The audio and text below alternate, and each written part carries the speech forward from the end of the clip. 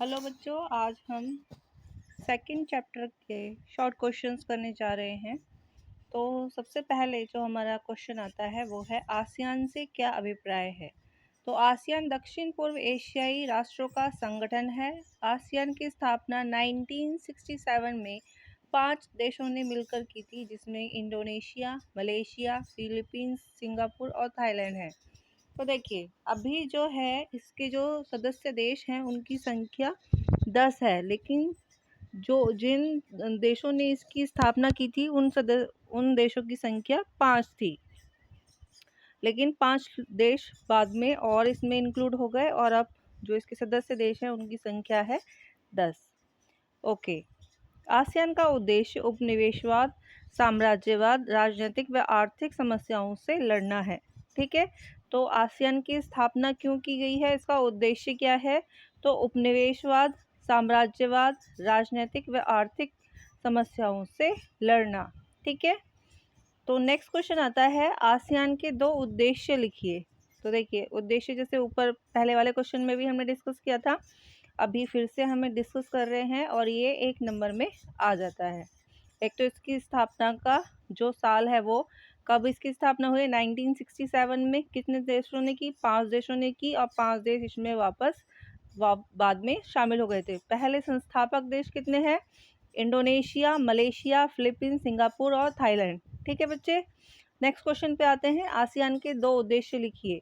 तो आसियान का उद्देश्य आर्थिक विकास को तेज करके सामाजिक सांस्कृतिक विकास हासिल करना है। तो पहला उद्देश्य क्या है इसका? आर्थिक विकास। देखिए, किसी भी देश के विकसित होने में जो सबसे ज़्यादा महत्वपूर्ण चीज़ होती है वो उसके लोगों का पर कैपिटा इनकम। ठीक है, यानी कि लोगों का जो आर्थिक रूप से विकसित होना है वो बहुत ज़्यादा मायने रखता है। तो आर्थिक विकास हो गया। दूसरा है सामाजिक और सांस्कृतिक विकास। सामाजिक से मतलब है उनका हर क्षेत्र जो है वो विकसित होना चाहिए, चाहे वो स्वास्थ्य हो, शिक्षा हो, संस्कृति हो, सामाजिक हो, आर्थिक हो, सभी तरह से उनमें विकास होना चाहिए। नंबर 2 पे आते हैं। क्षेत्रीय शांति को क्षेत्रीय शांति और स्थायित्व को बढ़ावा देना भी आसियान का उद्देश्य है। देखो, क्षेत्रीय शांति से मतलब क्या है? जिस क्षेत्र के ये देश हैं, जैसे Malaysia, Singapore, Indonesia, Thailand, Philippines, Laos, ये सारी जो देश जिस स्थान पर हैं उस स्थान पर शांति हमेशा बनी रहे। यानी कि यदि कुछ देशों के बीच या 2 देशों के बीच कोई विवाद उत्पन्न भी होता है तो उसको आपसी बातचीत और सहयोग के द्वारा वहीं पर ही खत्म कर देना इस संगठन का उद्देश्य है। ठीक है बच्चे, नेक्स्ट क्वेश्चन पे आते हैं। आसियान के सभी देशों के नाम बताइए। ठीक है, तो 5 देश पहले थे और 5 देश इसमें वापस बाद में शामिल हो गए। तो पहला इसमें देश है Malaysia, Singapore, Indonesia, Thailand, Philippines, Laos, Vietnam, Myanmar, Cambodia, Darussalam. ठीक है बच्चे, तो ये 10 देश हैं जो आसियान में शामिल हैं। नेक्स्ट क्वेश्चन पे आते हैं। आसियान किन 3 स्तंभों पर आधारित है? देखिए, स्तंभों से मतलब है किन किन चीज़ों पर ये काम करता है, किन किन क्षेत्रों में ये काम करता है। तो आसियान सुरक्षा समुदाय, यानी कि इसमें जितने भी सदस्य देश हैं उनको सुरक्षा प्रदान करना इस संस्था का या इस संगठन का उद्देश्य है। तो एक पहला तो ये हो गया समुदाय, आसियान सुरक्षा समुदाय। दूसरा है आसियान आर्थिक समुदाय।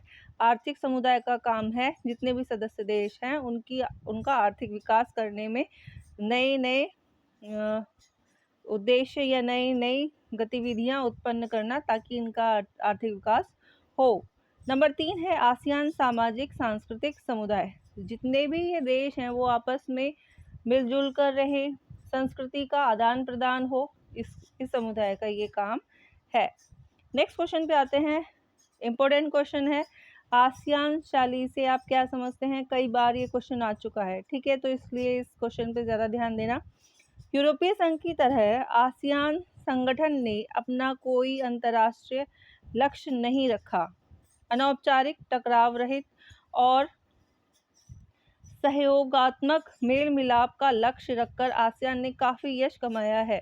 देखिए, वैसे तो कोई ऐसा लक्ष्य नहीं है कि भाई इसने ये रखा हो कि हमें यही करना है, लेकिन इसका जो अभी तक जो इसने अपना यश कमाया है या जो इसने फेम पाया है, वो है सहयोगात्मक मेल मिलाप, यानी कि एक दूसरे का सहयोग करना, एक दूसरे की सहायता करना, वो भी अनौपचारिक रूप से, ठीक है। टकराव रहित, यानी कि कोई अनौपचारिक, टकराव रहित और सहयोगात्मक मेल मिलाप, यही आसियान शैली कहलाती है, जहाँ पे अनऑफिशियली लोग एक दूसरे की सहायता करते हैं, काम में कोई दिक्कत नहीं आती है, काम को जल्दी से जल्दी किया जाता है, आपसी आपसी बातचीत के द्वारा विवादों को सुलझाया जाता है, और इसमें आसियान ने काफ़ी यश कमाया है। इसी को आसियान शैली या आसियान वे कहा जाने लगा। इसी चीज़ को, किस चीज़ को?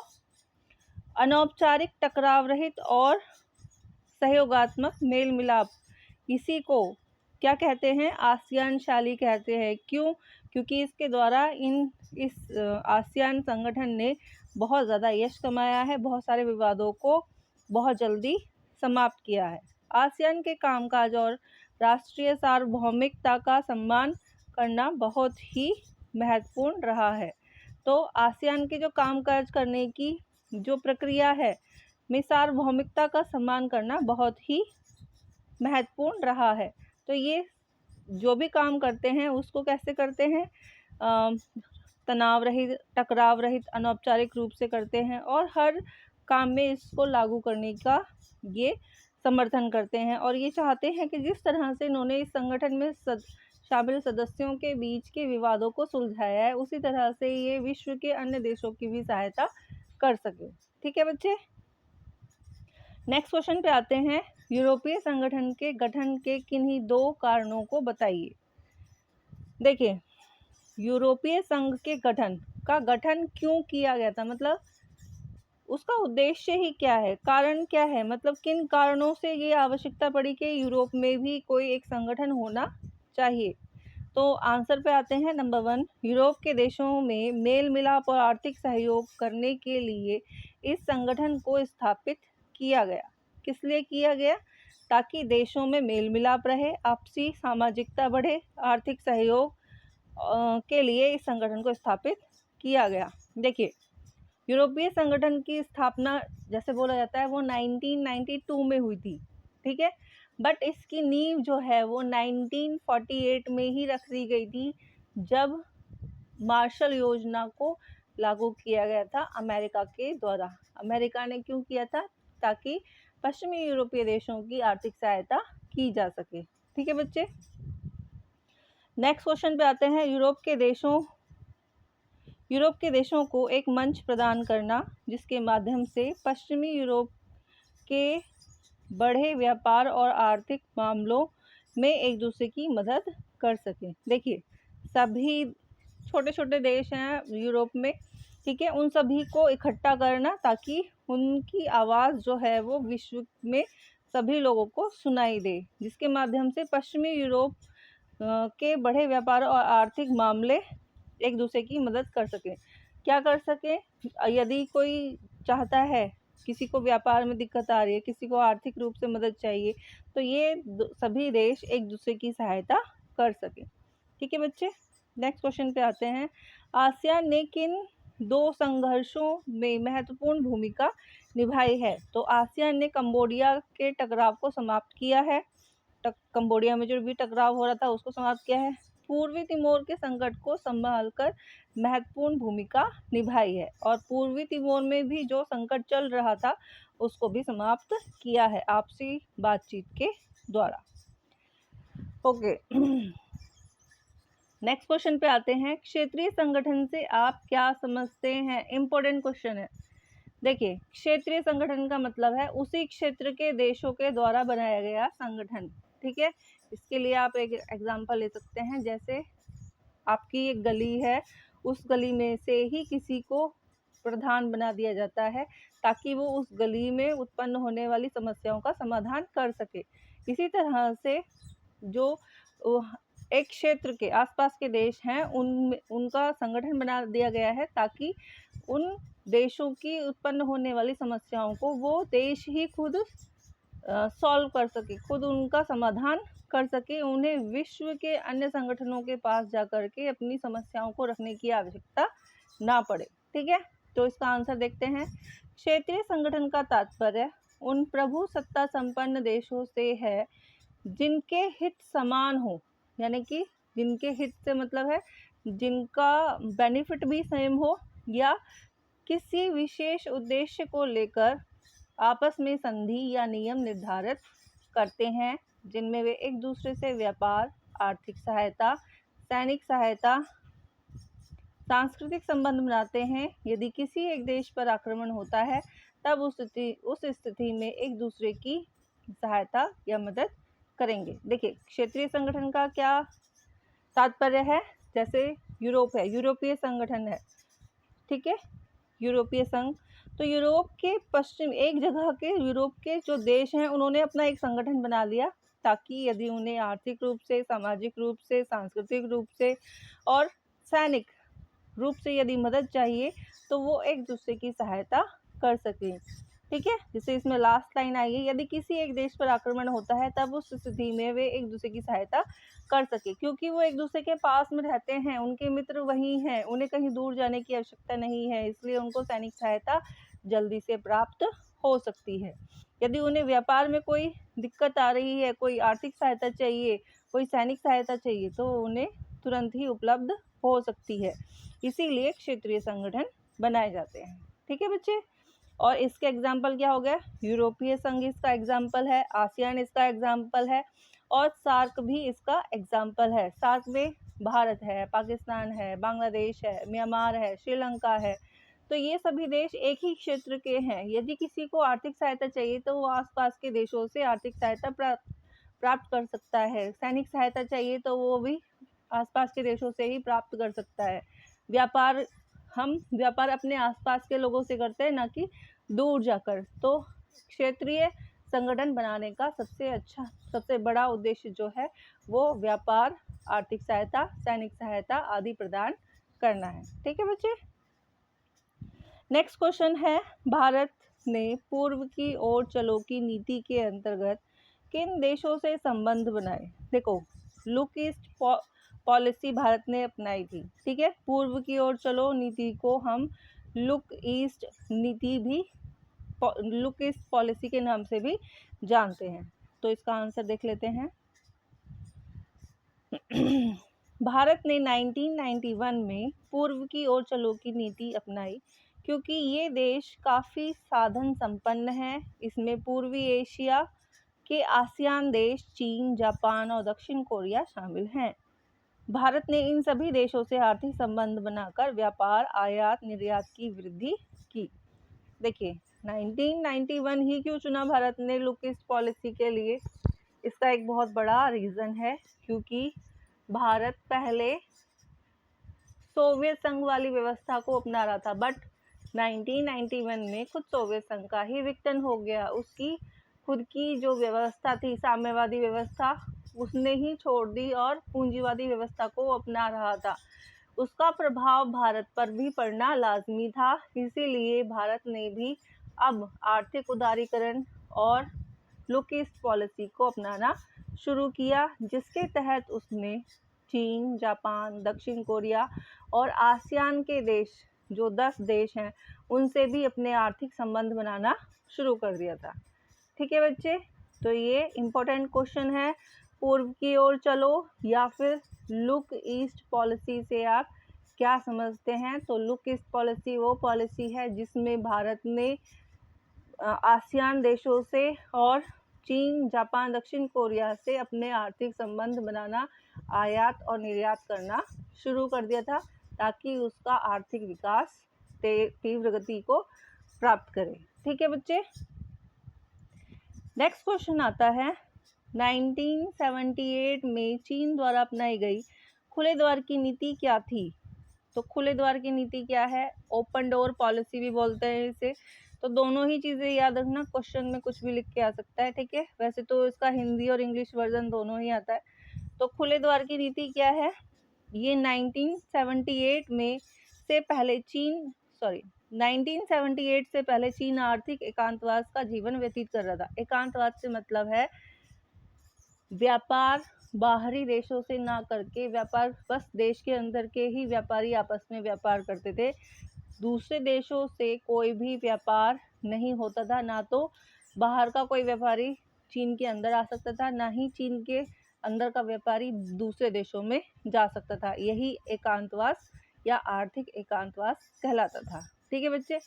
1978 में चीन ने खुले द्वार की नीति अपनाकर बाजार मूलक अर्थव्यवस्था को अपनाया। कृषि, उद्योग, सेना और विज्ञान प्रौद्योगिकी के क्षेत्र में चीन ने आधुनिकीकरण को अपनाया। तो देखिए 1978 में क्या किया है, अब चीन ने अपने डोर्स ओपन कर दिए, मतलब बाहर के व्यापारियों के लिए चीन में अब प्रवेश जो है वो खुल गया था। अब बाहर के व्यापारी चीन में आकर के व्यापार कर सकते थे और चीन के खुद के व्यापारी भी दूसरे देश में जाकर के व्यापार कर सकते थे। ठीक है, इसीलिए इसको क्या बोला गया है? खुले द्वार की नीति। ठीक है बच्चे, तो अब आते हैं नेक्स्ट क्वेश्चन पे। ओके, भारत द्वारा संयुक्त राष्ट्र संघ में चीन की स्थायी सदस्यता का समर्थन करने के पीछे क्या कारण थे? देखिए, इसे हम एक गलती के रूप में भी देख सकते हैं, जो हमारे देश के पहले नेता थे उनके द्वारा, कि भारत को संयुक्त राष्ट्र के द्वारा स्थायी सदस्यता प्रदान की जा रही थी और इसके लिए 2 बार ऑफर किया था, बट भारत ने मना कर दिया और इसके लिए चीन के लिए प्रेफर किया कि आप ये सदस्यता जो है वो चीन को दे दीजिए। ठीक है, तो इन्होंने पूछा है कि भारत द्वारा संयुक्त राष्ट्र संघ में चीन की स्थायी सदस्यता का समर्थन करने के पीछे क्या कारण थे? तो नंबर 1 उन्होंने जो बताया था वो था चीन एशिया के बड़े देशों में से एक है। नंबर 2 है चीन आर्थिक रूप से संपन्न देश है, आने वाले समय में वह अमेरिका को महाशक्ति के रूप में टक्कर दे सकता है। इन कारणों से भारत ने चीन का समर्थन किया था। ठीक है, और अब भारत को बहुत ज़्यादा जद्दोजहद करना पड़ रहा है कि यूएनओ में सुरक्षा परिषद का स्थायी सदस्य बनने के लिए उसको मनोनीत किया जाए। किसको? भारत को। नेक्स्ट क्वेश्चन आता है, चीन ने किन क्षेत्रों में निजीकरण को अपनाया और निजीकरण किया और कब किया? तो चीन ने 1982 में खेती का और 1998 में उद्योगों का निजीकरण किया। देखो, निजीकरण से क्या मतलब है कि खेती का निजीकरण से मतलब है खेती पहले यहाँ पर सोवियत संघ की तरह ही सरकारी होती थी, यानी कि खेत किसके हैं? सरकार के, बट जो मजदूर वहाँ पे काम कर रहे हैं वो जॉब कर रहे हैं, मतलब वो खेत उनके नहीं है, वो केवल वहाँ पे आते हैं, काम करते हैं, उनको उसका वेतन मिलता है। ठीक है, बट 1982 में खेती को निजीकरण कर दिया, यानी कि खेती को निजी लोगों को बेच दिया गया था। उसी तरह से उद्योगों का निजीकरण भी 1998 में कर दिया गया था। नेक्स्ट क्वेश्चन आता है, चीन द्वारा अपनाई गई खुले द्वार की नीति की कोई 2 असफलताएं बताइए। खुले द्वार की नीति के द्वारा कुछ नकारात्मक पहलू भी सामने आए हैं, वो बताने हैं आपको। चीन के आर्थिक सुधारों के कारण चीन में बेरोजगारी बढ़ी, 10 करोड़ लोग रोजगार की तलाश में हैं। देखिए, जब कोई भी विकास होता है तो उसके 2 पहलू होते हैं, एक तो पॉजिटिव होता है और एक नेगेटिव होता है। उसी तरह से आर्थिक सुधार तो हुए लेकिन बेरोजगारी बढ़ गई। जैसे हम ये कह लें कि ई रिक्शा आया तो जो मैनुअल रिक्शा चलाने वाले लोग थे उनका रिक्शा चलाना बंद हो गया, क्योंकि लोग प्रेफर करते हैं कि वो ई रिक्शा में बैठें बजाय मैनुअल के, यानी कि जो इंसान खुद से रिक्शा चला रहे हैं उनको टाइम लगेगा, इससे बढ़िया है कि वो ई रिक्शा में बैठें और जल्दी से अपने स्थानों पर पहुंच जाएं। जिस तरह से लोग ऑनलाइन शॉपिंग करना प्रेफर करते हैं बजाय ऑफलाइन के। ठीक है, तो हर चीज़ के 2 पहलू होते हैं, एक नकारात्मक और एक सकारात्मक। इसका नंबर 2 है 2 पॉइंट है, आर्थिक सुधारों का लाभ सभी लोगों को नहीं मिला और महिलाओं के काम करने के हालात भी अच्छे नहीं रहे। जहां महिलाएं पहले अच्छा काम करती थीं, अच्छे से उनको वेतन मिलता था, अब वो स्थिति नहीं रही है, वो सब नकारात्मकता में इंक्लूड हो गया। नेक्स्ट क्वेश्चन आता है, अपनी आर्थिक व्यवस्था सुधारने के लिए चीन द्वारा उठाए गए किन्हीं 2 कदमों का उल्लेख कीजिए। तो चीन ने अपनी अर्थव्यवस्था को सुधारने के लिए जो 2 काम किए वो आपको बताने हैं, ठीक है। इम्पोर्टेंट क्वेश्चन है। तो नंबर 1 है, 1972 में अमेरिका से संबंध बनाकर चीन ने अपने राजनीतिक और आर्थिक एकांतवास को समाप्त किया, ठीक है। एकांतवास से समझ गए, यानी कि पहले वो किसी से भी अपना व्यापार नहीं करते थे। तो सबसे पहले उन्होंने किसके साथ किया था व्यापार? अमेरिका के साथ। 1978 में चीनी नेता देंग शाओपिंग ने चीन में आर्थिक सुधारों और खुले द्वार की नीति की घोषणा की। तो खुले द्वार की नीति की घोषणा किसने की थी? देंग शाओपिंग ने की थी, ठीक है बच्चे। तो ये दो पॉइंट आपको याद रखने हैं। नेक्स्ट क्वेश्चन है, भारत चीन सीमा विवाद क्या है? 1950 में चीन द्वारा तिब्बत को हड़पने तथा भारत चीन सीमा पर बस्तियां बसाने से दोनों देशों के संबंध बिगड़ गए। अरुणाचल प्रदेश के कुछ इलाकों और लद्दाख के अक्साई चीन क्षेत्र को विवाद